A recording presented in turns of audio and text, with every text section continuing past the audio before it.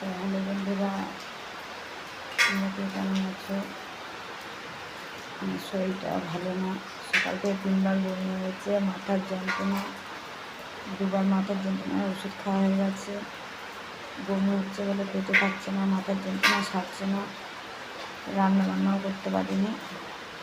শাক টাক ধুয়ে রেখেছি, আজকে আমার ছেলে আসবে, একটু রান্না করবো ওর জন্য, তাও করতে পারিনি।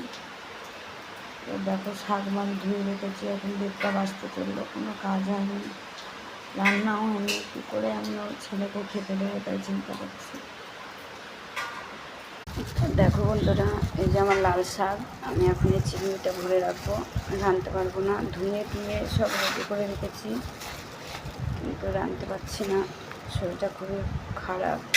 পারলে করতাম, কারণ ছেলে আসবে, আমি সেভাবে রাঁধতেই পারলাম না। সবে যে এক তরকারি ভাত বসিয়েছি, ভাত ফুটিয়ে রেখেছি, ফ্যান বাগলা হয়নি এখনো। আর এখানে তরকারি। বন্ধুরা, পারলে আমি করতাম, সত্যি আমার শরীরটা ভালো না।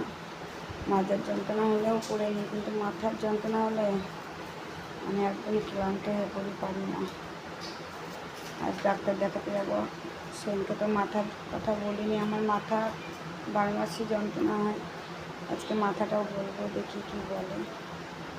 তো সহ্য করতে পারছি না আমি একটু রাখছি। আমি ভিডিও করতে পারছি না বলে আমার মেয়েকে দিয়ে ভিডিও করাচ্ছি। তো তোমরা আমার মেয়েকে সাপোর্ট করো।